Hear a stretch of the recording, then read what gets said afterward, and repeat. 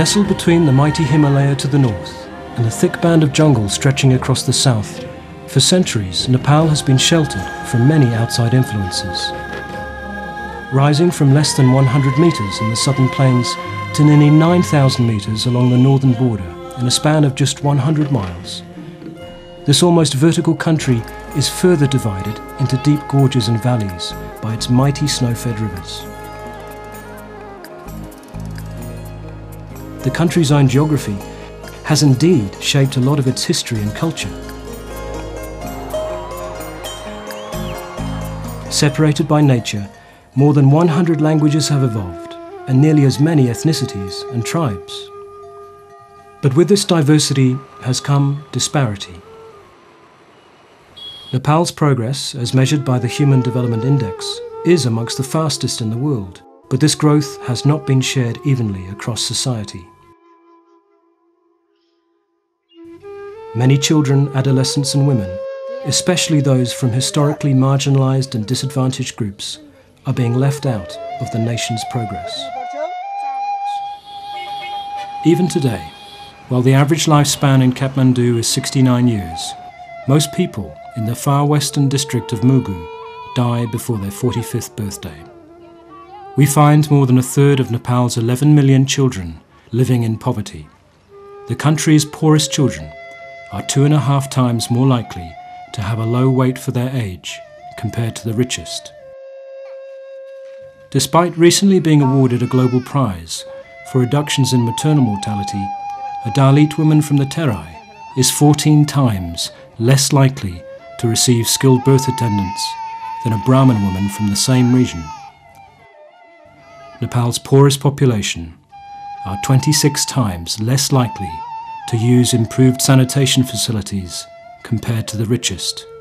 The poorest children are almost twice as likely to be married before the age of 18 as the richest.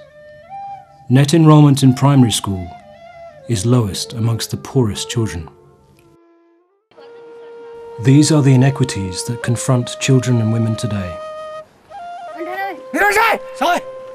It was the same social exclusion and deep-seated poverty that sparked a Maoist-led insurgency in 1996 in the mid and far western region that led to a violent civil war across the country, lasting for over a decade.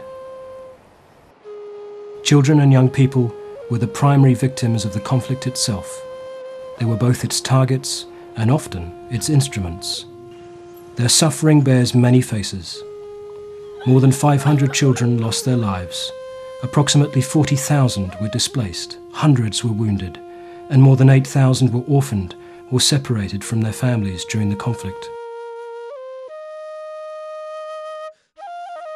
Alongside UNICEF's ongoing work across a range of children's rights, our response to the conflict, working alongside many other partners, has led to a new beginning for child protection in Nepal. UNICEF has successfully reintegrated over 10,000 children associated with the conflict through the provision of education, livelihood, gender-specific and psychosocial support, as well as community peace-building and reconciliation activities. The children were scattered across 60 of Nepal's 75 districts, most of them in remote villages. But this challenge has been turned into an opportunity to begin a child protection system addressing a wider range of child protection issues. This was first achieved through mobilizing and training local NGOs, in particular psychosocial counselors and social workers, a profession relatively new to Nepal. The next step will be to increase the linkages between local NGOs and district government social welfare services, with a view to establishing coordination and referral mechanisms among a wide range of service providers. This emerging system has been further strengthened through the expansion of paralegal committees, a community-based mechanism to address trafficking of girls and women, gender-based violence, and the abuse, exploitation of, and violence against children, an expansion from 23 to 59 districts.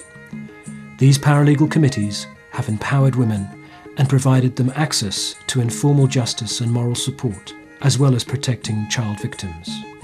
Paralegal committee ले विशेष गरी महिला र बालबालिकाको क्षेत्रमा महत्त्वपूर्ण योगदान गर्छ र विशेष गरी domestic भायोलेन्सलाई न्यूनीकरण गर्ने र बालबालिकाको अधिकारलाई प्रवर्धन गर्ने कामहरू गरेको छ। अत्यन्त नेपाल सरकारलाई यसबाट युनिसेफले प्यारालेभल कमिटीले ठुलो गुण लगाएको छ भन्ने मैले महसुस गरेको छु।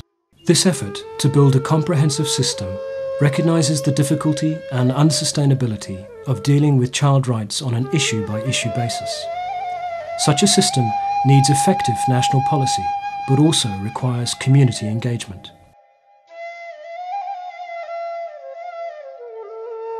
And this again is where UNICEF has assisted Nepal.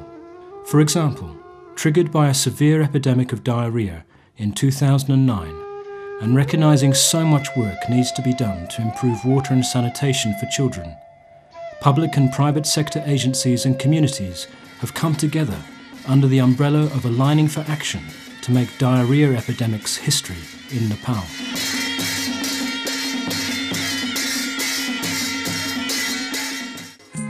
With support from UNICEF, this social movement has accelerated the installation of latrines in schools and local communities, with children leading the promotion of hygiene and sanitation.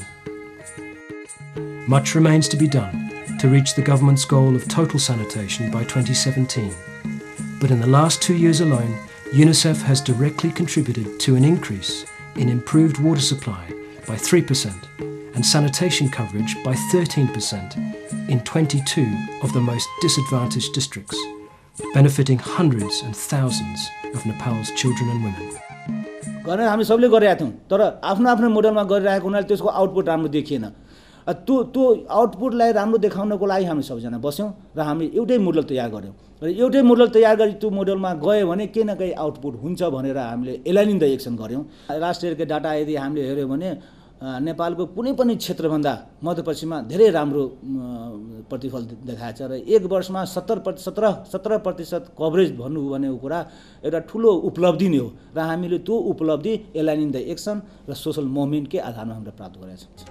UNICEF has been working in Nepal for over 40 years and contributed to many of the impressive gains Nepal has achieved for children and women. But our work here is by no means over. Helping the government to achieve progress with equity for children's survival, development, protection and participation remain our core goal.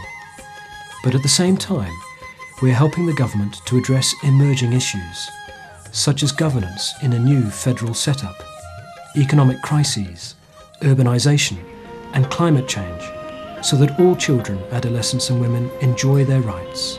And these are the remaining challenges that lie ahead. All the while, we must not forget that Nepal's diverse topography conceals another sinister threat to children and women.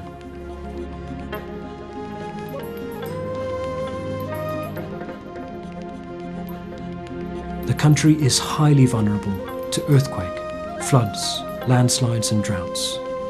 Every year, an average of 1,000 lives and $43 million are lost to disasters. The indirect cost in terms of lost opportunities and service delivery breakdown has even greater impact on children, families and their livelihoods.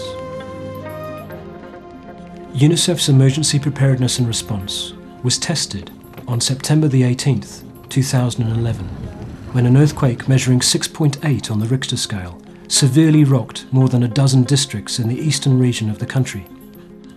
Fortunately, there were few human casualties, but over 500 schools were damaged. The education of some 45,000 schoolchildren was instantly jeopardized.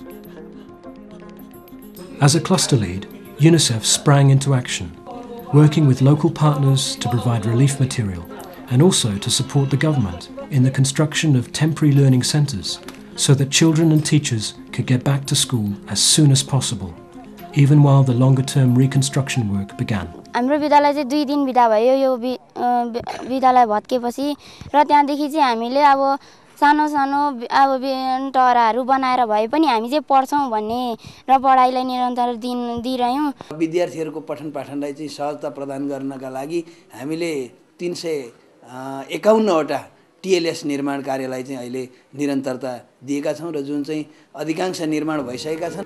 And let us give the last word to the children themselves. UNICEF is supporting several initiatives that encourage children to speak and participate. from thousands of child clubs across the country to equity initiatives run by young people themselves, to a free mobile phone texting network that has generated 250,000 messages from young people expressing their hopes and aspirations for their future, and for the future of this beautiful country, their homeland, Nepal.